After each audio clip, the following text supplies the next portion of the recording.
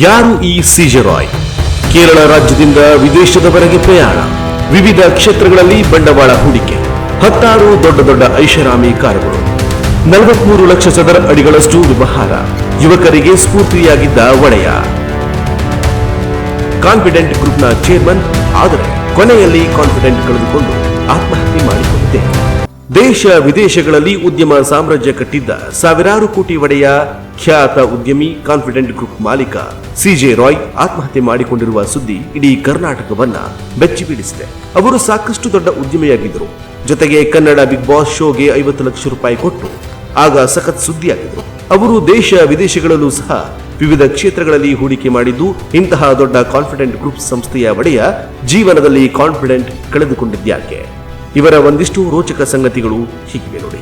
ಪ್ರಸಿದ್ಧ real estate company confident group ಮಾಲೀಕ CJ Roy ಜನವರಿ 30 ಬೆಂಗಳೂರಿನ ಹೊಸೂರು ರಸ್ತೆಯ ಲ್ಯಾಂಡ್ ಟೌನ್ ನಲ್ಲಿರುವ ಕಂಪನಿಯ ಕಚೇರಿಯಲ್ಲಿ ಎದೆಗೆ ಗುಂಡಿಟ್ಟುಕೊಂಡು ಆತ್ಮಹತ್ಯೆ ಮಾಡಿಕೊಂಡಿದ್ದಾರೆ. ಈ ಹಿಂದೆಯೂ ರಾಯ್ ಮನೆ ಕಚೇರಿಯ ಮೇಲೆ ಐಟಿ ದಾಳಿಯಾಗಿದ್ದವು. ಅದರಂತೆ ಜನವರಿ 30ರಂದು ಸಹ ಕಂಪನಿಯ ಮೇಲೆ ಐಟಿ ದಾಳಿ ನಡೆದಿದ್ದು, ಇದರಿಂದ ಮನನೊಂದು ತಮ್ಮ ಪಿಸ್ತೂಲ್ನಿಂದಲೇ ಗುಂಡು ಹಾರಿಸಿಕೊಂಡು ಸಾವಿಗೆ ಶರಣಾಗಿದ್ದಾರೆ ಎಂದು ತಿಳಿದುಬಂದಿದೆ. ಸಿಜೆ ರಾಯ್ ಅವರ ಈ ಸಾವು ಉದ್ಯಮ ವಲಯದಲ್ಲಿ ಆಘಾತವನ್ನ ಮೂಡಿಸಿದೆ ಮತ್ತು ಹಲವಾರು ಪ್ರಶ್ನೆಗಳನ್ನ, ಹಲವಾರು ಗೊಂದಲಗಳನ್ನ ತೆರೆದಿಟ್ಟಿದೆ. ಕೇರಳ ರಾಜ್ಯದಿಂದ ವಿದೇಶದವರೆಗೆ ಇವರು ಮೂಲತಃ ಕೇರಳದವರಾಗಿದ್ದರೂ ಸಹ ಬೆಂಗಳೂರಿನಲ್ಲಿಯೇ ಬೆಳೆದಿದ್ದರು. ಕೊಚ್ಚಿ ಕ್ರೈಸ್ತ ಧರ್ಮಕ್ಕೆ ಸೇರಿದವರಾದ ರಾಯ್ ಫ್ರಾನ್ಸ್, ಸ್ವಿಟ್ಜರ್ಲ್ಯಾಂಡ್ ಸೇರಿದಂತೆ ಬೇರೆ ಬೇರೆ ಕಡೆಗಳಲ್ಲಿ ವ್ಯಾಸಂಗ ಮಾಡಿದರು. ರಾಯ್ ಅವರ ಪತ್ನಿಯ ಹೆಸರು ಲೀನಿ ರಾಯ್, ಮಗ ರೋಹಿತ್, ಮಗಳು ರಿಯಾ. 2006ರವರೆಗೆ ಹೆವ್ಲೆಟ್ ಪ್ಯಾಕರ್ಡ್ ಕಂಪನಿಯಲ್ಲಿ ಕೆಲಸ ಮಾಡಿದ್ದು, ನಂತರ ಕಾನ್ಫಿಡೆಂಟ್ ಗ್ರೂಪ್ನ ರಿಯಲ್ ಎಸ್ಟೇಟ್ ಸಮೂಹವನ್ನ ವಿಸ್ತರಿಸಲು ಶುರು ಮಾಡಿದರು.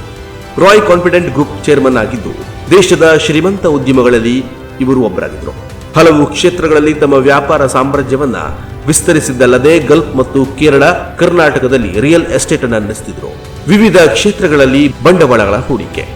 Confident group real estate, layout, hotel, resort, ಶಿಕ್ಷಣ ಸಂಸ್ಥೆ ಸೇರಿದಂತೆ ವಿವಿಧ ಕ್ಷೇತ್ರಗಳಲ್ಲಿ ಸಿಜೆ ರಾಯ್ ಬಂಡವಾಳ ಹೂಡಿಕೆ ಮಾಡಿ ಯಶಸ್ವಿ ಉದ್ಯಮವನ್ನ ನಡೆಸುತ್ತಾ ಸಿಜೆ ರಾಯ್ ಸಾವಿರಾರು ಕೋಟಿ ರೂಪಾಯಿಗಳ ಒಡೆಯರಾಗಿದ್ದರು.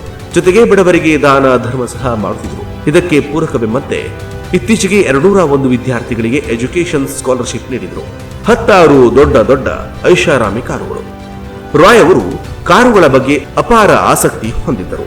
ದುಬೈ ಮತ್ತು ಭಾರತದಲ್ಲಿ ದುಬಾರಿ ಐಷಾರಾಮಿ ಮತ್ತು ಸ್ಪೋರ್ಟ್ಸ್ ಕಾರುಗಳ ಕಲೆಕ್ಷನ್ ಇವರ ಬಳಿ ಇದೆ. ಬರೋಬ್ಬರಿ 12 ರೋಲ್ಸ್ ರಾಯ್ಸ್ ಕಾರುಗಳನ್ನ ಹೊಂದಿದ್ದಾರೆ.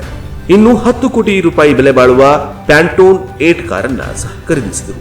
ಅಲ್ಲದೆ ಕನ್ನಡ ಬಿಗ್ ಬಾಸ್ ವಿನ್ನರ್ಗಳಿಗೆ 50 ಲಕ್ಷ ರೂಪಾಯಿ ಹಣವನ್ನ ಸಿಜೆ ರಾಯ್ ಪ್ರಾಯೋಜಕತ್ವ ಮಾಡುತ್ತಿದ್ದರು. ಇಂತಹ ಲಕ್ಸುರಿ ಐಷಾರಾಮಿ ಜೀವನ ನಡೆಸುತ್ತಿದ್ದ ಉದ್ಯಮಿ ಸಿಜೆ ರಾಯ್ ಪದೇ ಪದೇ ಐಟಿ ದಾಳಿಯಿಂದ ನಲುಗಿ ಹೋಗಿದ್ದರು. ಜನವರಿ 30ರಂದು ಮತ್ತೆ ಐಟಿ ದಾಳಿ ನಡೆದಿದ್ದರಿಂದ ಮರಣೊಂದು ಈ ರೀತಿ ಮಾಡಿಕೊಂಡಿದ್ದಾರೆ ಎಂದು ಎಲ್ಲೆಡೆ ಸುದ್ದಿಯಾಗಿದೆ. 43 ಲಕ್ಷ ಚದರ ಅಡಿಗಳಷ್ಟು ವ್ಯವಹಾರ.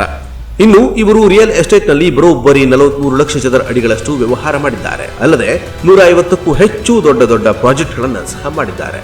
ಆದರೆ ಇನ್ನೊಂದು ಗಮನಿಸಬೇಕಾದ ಅಂಶ, ಇಲ್ಲಿಯವರೆಗೂ ಇವರ ನೆಟ್ವರ್ಕ್ ಎಷ್ಟಿದೆ, ಎಲ್ಲಿಯವರೆಗೆ ಇದೆ ಎನ್ನುವುದನ್ನ ಎಲ್ಲೂ ತೋರಿಸಿಕೊಂಡಿಲ್ಲ. ದೇಶದಲ್ಲಿ ಮಾತ್ರವಲ್ಲ, ವಿದೇಶಗಳಲ್ಲೂ ಇವರ ನೆಟ್ವರ್ಕ್ ಇದೆ. ಆದರೂ ಇದನ್ನ ಎಲ್ಲೂ ಬಹಿರಂಗಪಡಿಸಿಕೊಂಡಿಲ್ಲ. ಹೀಗೆ ದೇಶ ವಿದೇಶಗಳಲ್ಲೂ ಚಿರಪರಿಚಿತರಾಗಿದ್ದು, ತಮ್ಮ ಕಾನ್ಫಿಡೆಂಟ್ ಗ್ರೂಪ್ಗೆ ಯಾರನ್ನೂ ಬ್ರ್ಯಾಂಡ್ ಅಂಬಾಸಿಡರ್ ಅಥವಾ ದೊಡ್ಡ ದೊಡ್ಡ ಮಾಡೆಲ್ ಸೆಲೆಬ್ರಿಟಿಗಳಿಂದ ಜಾಹೀರಾತು ಕೊಡಿಸಿಲ್ಲ. ಬದಲಿಗೆ ರಾಯ್ ಅವರೇ ತಮ್ಮ ಕಂಪನಿಯ ಬ್ರ್ಯಾಂಡ್ ಅಂಬಾಸಿಡರ್ ಆಗಿದ್ದರು. ಏನೇ ಜಾಹೀರಾತು ನೀಡಬೇಕಿದ್ದರೂ ತಾವೇ ಅಂಬಾಸಿಡರ್ ಆಗಿದ್ದರು. ಯುವಕರಿಗೆ ಸ್ಫೂರ್ತಿಯಾಗಿದ್ದ ಸಿಜೆ ರಾಯ್ ದೊಡ್ಡ ಕೋಟ್ಯಾಧೀಶರಾಗಿದ್ದರೂ ಸಹ ವಿಡಿಯೋ ಮೂಲಕ ಯುವ ಜನತೆ ಬಗ್ಗೆ ಬಿಸಿನೆಸ್ ಮಾಡಬೇಕು, ಹೇಗೆ ಸಂಪಾದನೆ ಮಾಡಬೇಕು ಎನ್ನುವುದನ್ನು ತಿಳಿಸುತ್ತಿದ್ದರು. ಜೀವನದಲ್ಲಿ ಸೋತು ಜಿಗುಪ್ಸೆಗೊಂಡವರಿಗೂ ಸಹ ತಮ್ಮ ಮೋಟಿವೇಶನ್ ಮಾತುಗಳಿಂದ ಮನ ಪರಿವರ್ತನೆ ಮಾಡುತ್ತಿದ್ದರು. ಹೀಗೆ ಕೋಟ್ಯಾಧೀಶ ಒಡೆಯನಾಗಿರುವ ವ್ಯಕ್ತಿ ಐಟಿ ಅಧಿಕಾರಿಗಳ ಮುಂದೆ ಆತ್ಮಹತ್ಯೆ ಮಾಡಿಕೊಳ್ಳುತ್ತಾರೆ ಅಂದ್ರೆ ಯಾವ ಮಟ್ಟಕ್ಕೆ ಅವರಿಗೆ ಸ್ಟ್ರೆಸ್ ಅಥವಾ ಒತ್ತಡ ಇತ್ತು ಎನ್ನುವ ವಿಚಾರ ಪ್ರಶ್ನೆಯಾಗಿ ಉಳಿದಿದೆ. ಕಾನ್ಫಿಡೆಂಟ್ ಗ್ರೂಪ್ ಒಡೆಯ ಜೀವನದ ಕಾನ್ಫಿಡೆಂಟ್ ಕಳೆದುಕೊಂಡಿದ್ಯಾಕೆ ಎನ್ನುವುದೇ ಎಲ್ಲರನ್ನ ಕಾಡುತ್ತಿರುವ ಯಕ್ಷ ಪ್ರಶ್ನೆಯಾಗಿ ಉಳಿದಿದೆ.